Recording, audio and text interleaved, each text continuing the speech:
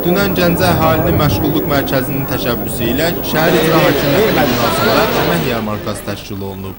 Tədbirdə 673 iş yerini 109 idarə və müəssisə təklif edildi. 63 dövlət, 46 özəl sektoru təmsil edən nümayəndələr iştirakçıları maraqlandıran suallara cavab verildi. Onlar təklif etdiyi iş yerləri haqqında əhalini məlumatlandırırdı.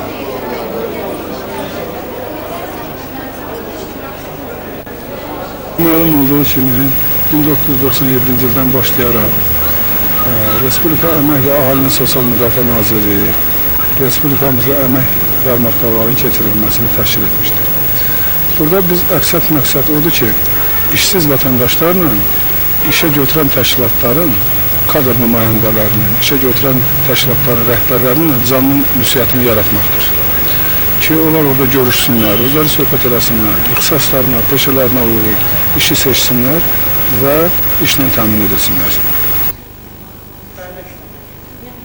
Tədbirdə şəhərimizdə fəaliyyət göstərən 4 bazar və yarmarkalardan müxtəlif icarə iş yerləri təklif olunurdu. Bundan başqa 512 fəhlə, 46 qulluqçu, 115 xidmət işçisi üçün vakant yerləri əhalinin seçimində verildi. Təqdim olunan iş yerlərində əmək haqqı 35 min manatla 460 min manat arasında idi. Maraqlananlar ixtisasına və istəyinə uyğun idarə müəssisələrə xüsusi göndərişlər aldı.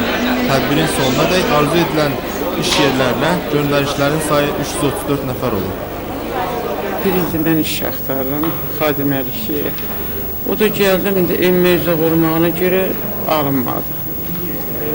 Var iş yerləri var, tutmur, mənə uzaqdır, emməyə uzaqdır.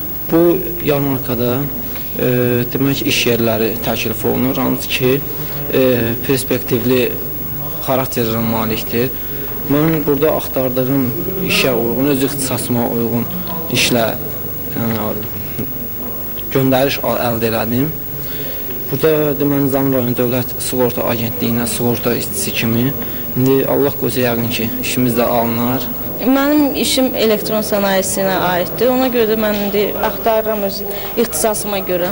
Göndəriş verdi məni tikiş istehsalat birliyinə, ora göndəribdi. Özüm ixtisasçı modelyer konstruktoram, həm də kompüter üzrə ixtisasçı ekonomist qurtarmışam. İndi gedirəm ora işə.